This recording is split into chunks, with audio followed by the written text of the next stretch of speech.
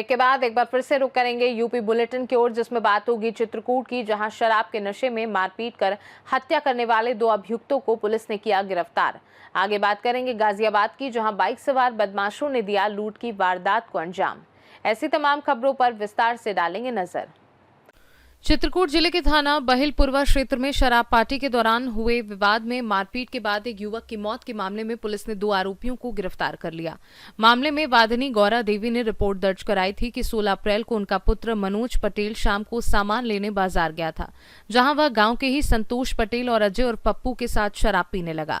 इसी दौरान तीनों के बीच झगड़ा हो गया। आरोप है कि मारपीट के दौरान मनोज पटेल नशे की हालत में छत से गिर गया, जिससे उसे गंभीर चोटें आईं। इसके बाद आरोपियों ने प्राथमिक विद्यालय खांच के पास ले जाकर सड़क दुर्घटना का रूप देने की कोशिश की और परिजनों को सूचना दी कि उसका एक्सीडेंट हुआ है। घायल अवस्था में मनोज को पहले जिला अस्पताल करवी ले जाया गया, जहां से उसे प्रयागराज रेफर किया गया। इलाज के दौरान 21 अप्रैल 2026 को उसकी मृत्यु हो गई। 23 अप्रैल को पुलिस ने दोनों आरोपियों संतोष पटेल और अजय और पप्पू को गिरफ्तार कर लिया। ये घटना 2-3 दिन पहले की है। परसों ही हमारे पास इस बात की तहरीर आई थी कि 3 लड़के आपस में छत पे बैठ करके एंजॉय कर रहे थे। उसमें कुछ लड़ाई झगड़ा हुआ और एक लड़का उसमें से गिर गया। फिर दूसरे लोगों ने उसको एक्सीडेंट का रूप उसके घर वालों को बताया। घर वाले इलाज के लिए ले गए हैं। लड़का बेहोश है। जब होश में आएगा तो सारे तथ्य बताएगा। उनकी इस तहरीर पर हमने तत्काल मुकदमा लिख लिया था। कल इलाज के दौरान स्वरूप रानी हॉस्पिटल प्रयागराज में मजरूब की मृत्यु हो गई। वहाँ इन्होंने पंचायतनामा पोस्टमार्टम कराया। डेड बॉडी लेके रात में आए और इन्होंने कहा कि साहब हमारा दूसरा मुकदमा है। इनको बताया गया कि दूसरा मुकदमा नहीं लिखा जाता, आपको जो बताना है उसी तहरीर में आप बता दें। अलग से विवेचना के दौरान आपका प्रार्थना पत्र जोड़ लिया गया। इनके प्रार्थना पत्र में मुकदमे को जो पुरानी धारा IPC की करती थी 304 में अल्टर कर दिया गया। आज फिर इनका कहना है कि नहीं, हमें मुकदमा 302 में चाहिए। हमने बताया कि जब तक लिखित प्रार्थना पत्र नहीं देंगे, कैमरे के सामने बयान जो SID जनरेट होती है उसमें नहीं देंगे, तब तक हमारी मजबूरी है कि हम जो आप पहले दे चुके हैं उसमें आगे इस तरह की बढ़ोतरी नहीं कर सकते। डेड बॉडी लेकर के ये लोग यहाँ तक आए थे, मुख्यालय तक, मना करने के बाद भी, और यहाँ मजमे में से कोई आदमी नहीं तैयार हुआ। फाइनली फिर उस मृतक का मौसेरा भाई राज वो आगे आया और उसने कहा हम लिख के दे रहे हैं। उसकी माँ ने भी कैमरे के सामने कुछ बयान दी, जिसके आधार पे हमने थाना प्रभारी बहिलपुरवा को सुसंगत धाराओं में तरमीम करके आगे की विवेचना के लिए आदेशित कर दिया है। लोग डेड बॉडी लेकर अंतिम संस्कार के लिए चले गए हैं और उन्होंने कहा तरमीमी नकल हमें वहीं मिल जाए। मैं उनके घर ही वो तरमीमी नकल भिजवा। सर, जांच में प्रथम दृष्टया क्या घटना सामने कैसे हुई? अब देखिए, ये विषय क्योंकि जब इन्वेस्टिगेशन का विषय हो गया तो आयु को जो जो तथ्य मिल रहे हैं वो जोड़ रहा है। इस नाते पहले से कोई एजम्पशन के आधार पर मैं कोई बातें कहूँ वो कहीं न कहीं विवेचना को प्रभावित करने वाली बात है। चित्रकूट से सीनू संवाददाता रोहित कुमार सिंह की रिपोर्ट। इटावा जनपद की रिजर्व पुलिस लाइन में बुधवार शाम एक विशेष कार्यक्रम का आयोजन किया गया, जहां प्रशिक्षण पूरा कर चुकी रिक्रूट महिला आरक्षियों के सम्मान में भव्य सांस्कृतिक कार्यक्रम और बड़ा खाना आयोजित किया गया। यह आयोजन उनकी आगामी पुलिस सेवा की औपचारिक शुरुआत से पहले उत्साह और सम्मान के रूप में किया गया। इस अवसर पर मुख्य अतिथि के रूप में अपर पुलिस महानिदेशक कानपुर जोन आलोक सिंह अपनी धर्मपत्नी आकांक्षा सिंह के साथ शामिल हुई। कार्यक्रम में पुलिस उप महानिरीक्षक हरीश चंदर, जिलाधिकारी शुभ्रांत कुमार शुक्ला सहित कई वरिष्ठ अधिकारी भी मौजूद रहे। कार्यक्रम के दौरान अधिकारियों और रिक्रूट महिला आरक्षियों के बीच संवाद हुआ, जिसमें उन्होंने अपने प्रशिक्षण अनुभव साझा किए। कार्यक्रम का सबसे भावनात्मक क्षण तब देखने को मिला जब वरिष्ठ अधिकारियों ने स्वयं रिक्रूट महिला आरक्षियों को भोजन परोसा और उनके प्रति सम्मान व्यक्त किया।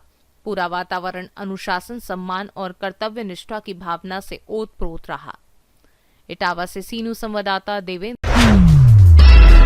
गाजियाबाद के थाना मधुबन बापूधाम क्षेत्र में बाइक सवार बदमाशों ने दिन दहाड़े लूट की वारदात को अंजाम दिया। बदमाशों ने सड़क पर चल रही एक महिला के गले से मंगलसूत्र छीन लिया और मौके से फरार हो गए। घटना के बाद इलाके में हड़कंप मच गया। बताया जा रहा है कि वारदात के बाद बदमाशों की तस्वीरें CCTV कैमरे में कैद हो गई, जो अब सोशल मीडिया पर वायरल हो रही हैं। गाजियाबाद से सीनू संवाददाता राजेंद्र चौधरी की रिपोर्ट।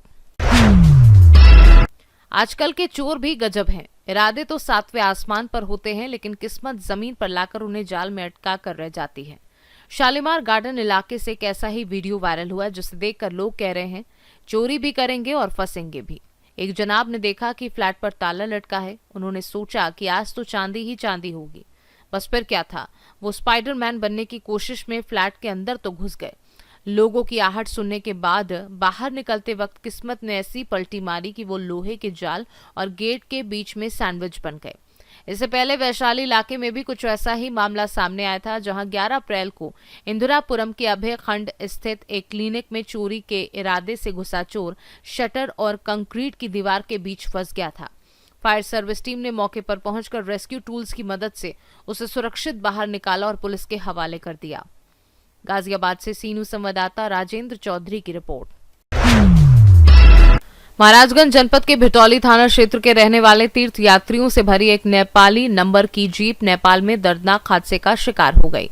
इस हादसे में एक 3 वर्षीय बच्ची समेत 2 लोगों की मौत हो गई, जबकि एक नेपाली ड्राइवर सहित 19 लोग घायल हो गए। जानकारी के अनुसार सभी यात्री नेपाल के प्यूठान जिले स्थित स्वर्गद्वारी प्रभुनाथ मंदिर दर्शन के लिए जा रहे थे।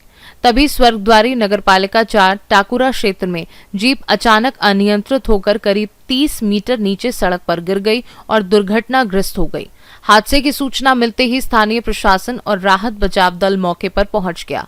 घायलों को तत्काल प्राथमिक स्वास्थ्य केंद्र भिंगरी में भर्ती कराया गया। बता दें कि जिला प्रशासन को घटना की जानकारी मिलने के बाद डीएम संतोष कुमार शर्मा के निर्देश पर राहत कार्य तेज कर दिया गया। भारत नेपाल सीमा सोनौली पर अधिकारी तैनात किए गए हैं और एसडीएम नौतनवा के साथ करीब 10 एम्बुलेंस नेपाल भेजी गई हैं। प्रशासन लगातार नेपाल अधिकारियों के संपर्क में है और घायलों के इलाज तथा राहत कार्य पर नजर बनाए है। हमारे जनपद महाराजगंज के तहसील सदर के क्षेत्र अंतर्गत ग्राम सेमरा राजा से हमारे यहाँ से 20 श्रद्धालु गए हुए थे और जो नेपाल की गाड़ी में यहाँ से नेपाल जाने पर नेपाल की गाड़ी में वहाँ के जाकर वो स्वर्गद्वारी स्थित जो वहाँ पे तीर्थ स्थल है वहाँ पे दर्शन करने के लिए जा रहे थे। उस वाहन के दुर्घटनाग्रस्त होने के कारण, जो कि ज्ञात हुआ कि खाई में गिरने के कारण दुर्घटनाग्रस्त हुई है, वहाँ पे सभी श्रद्धालु घायल हुए हैं। और घायलों में ये ज्ञात हुआ कि उसमें से 2 श्रद्धालुओं की मृत्यु हुई है, एक बच्ची और एक महिला की मृत्यु हुई है और शेष वहाँ पर घायल है। माननीय मुख्यमंत्री जी के निर्देश के क्रम में जनपद प्रशासन के द्वारा तत्काल स्थानीय प्रशासन, नेपाल के स्थानीय प्रशासन सीडीओ रूपनदेही से समन्वय स्थापित किया गया है और वहाँ पर जनपद महाराजगंज की तरफ से 10 एम्बुलेंस, जिसमें कि 4 ALS advance life support system के साथ में भेजा गया है। नौतनवा जो हमारा सीमावर्ती तहसील है वहाँ को जिलाधिकारी मौके पर पहुँच गए हैं। इसके साथ जो हमारे एडीएम वित्त राजस्व है, समस्त इस कार्य को संपादित कराने के लिए उनको समन्वय स्थापित करने के लिए बॉर्डर पर भेजा गया है और सभी हमारे तरफ से यहाँ पर जो सुविधाएं हैं घायलों के इलाज के लिए वो यहाँ पे मुहैया कराने की संपूर्ण व्यवस्था जिला अस्पताल और मेडिकल कॉलेज स्थित अस्पताल पर कर ली गई है। साथ ही यह भी अवगत कराना है कि माननीय मुख्यमंत्री जी के द्वारा समस्त जो इसमें जो इस दुखद घटना में जो मृतक हैं उनको 2 लाख रुपए की आर्थिक सहायता दी जाने की घोषणा की गई है और हम लोग जो जितने भी यहाँ पे घायल व्यक्ति हैं उन सभी की पूरी उनका इलाज किया जाएगा और जिला प्रशासन और राज्य सरकार पीड़ित परिवारों के साथ है इस दुख की घड़ी में और हम लोग संपूर्ण व्यवस्था यहाँ पे करा रहे हैं। महाराजगंज से सीनू संवाददाता अंगद शर्मा के साथ श्रवण यादव की रिपोर्ट। महाराजगंज जनपद में इस वर्ष बोर्ड परीक्षा परिणामों में एसएस इंटरमीडिएट कॉलेज करमही के विद्यार्थियों ने उत्कृष्ट प्रदर्शन करते हुए विद्यालय और क्षेत्र का नाम रोशन किया है। हाई स्कूल परीक्षा में छात्रा आयुषी चौधरी ने जिले में प्रथम स्थान प्राप्त कर नया कीर्तिमान स्थापित किया है, जबकि इंटरमीडिएट परीक्षा में आस्था चौधरी ने 7वां स्थान हासिल कर अपनी प्रतिभा का शानदार परिचय दिया है। विद्यालय के प्रबंधक अजय कुमार मिश्रा ने दोनों मेधावी छात्राओं को बधाई देते हुए कहा कि ये सफलता उनकी मेहनत, अनुशासन और शिक्षकों के मार्गदर्शन का परिणाम है। उन्होंने अन्य छात्रों को भी इससे प्रेरणा लेने की बात कही। प्रधानाचार्य विजय कुमार मिश्रा ने कहा कि विद्यालय हमेशा गुणवत्तापूर्ण शिक्षा और अनुशासन पर जोर देता रहा, जिसका परिणाम आज सभी के सामने है। शिक्षक मनीष पांडे सहित समस्त शिक्षकों ने भी छात्राओं को शुभकामनाएं देते हुए उनके उज्जवल भविष्य की कामना की। अभिभावकों ने भी विद्यालय प्रबंधन और शिक्षकों के प्रति आभार जताया और इस उपलब्धि को पूरे क्षेत्र के लिए गर्व का क्षण बताया। जिस विद्यालय का नाम है एसएस इंटरमीडिएट कॉलेज करमही महाराजगंज का ये विद्यालय है, जो दिन प्रतिदिन बहुत ज़्यादा ग्रोथ करता जा रहा है ये विद्यालय, और हर साल एक बड़ा ही अच्छा परिणाम देता है ये विद्यालय। और यहाँ पे हम जो बच्चियाँ हैं यहाँ पे जो टॉप की हैं, उन बच्चियों से हम कुछ बातें करेंगे। सबसे पहले बच्ची हम ये जानना चाहेंगे कि आपका क्या नाम है? तो मेरा नाम आस्था चौधरी है। और आपके विद्यालय का नाम? तो मेरे विद्यालय का नाम श्यामा सुरन इंटरमीडिएट कॉलेज और एक करमही महाराज। और ये बताइए आप इंटर में कौन सा स्थान प्राप्त किए हैं? तो मेरा इंटर में जिले में 7वां स्थान है। और इसका श्रेय आप किसको देना तो चाहेंगे? इसका श्रेय सबसे पहले मैं अपने गुरुजनों को देना चाहूंगी, उसके बाद मैं अपने माता पिता को देना चाहूंगी। और ये बताइए आपकी ये जो विद्यालय है, इसमें पढ़ाई का स्तर कैसा होता है? तो पढ़ाई के स्तर में कोई कमी नहीं है यहाँ पे, मतलब कि इस एरिया में बहुत अच्छे से पढ़ाई होती है। इस स्कूल में स्पेशली और अच्छे से पढ़ाई होती है। और हमें ये भी एक बात पता चला है कि आप पिछले साल जब आप 10th में थे, उस समय भी आप जिला में नाम लाई थी अपना। सर जिले में मतलब जब मैं 10th क्लास में थी तब भी मेरे जिले में 7वां रैंक था। और ये बताइए कि आप जब 12th पास कर लेंगे तो इसके बाद आपको क्या करना है? तब मैं 12th पास आउट के बाद अब मैं संगीत की प्रिपरेशन करूंगी और एक अच्छी डॉक्टर बनूंगी। ये ठीक है, मैं भगवान से आपके मंगल भविष्य की कामना करता हूँ। धन्यवाद। Thank you.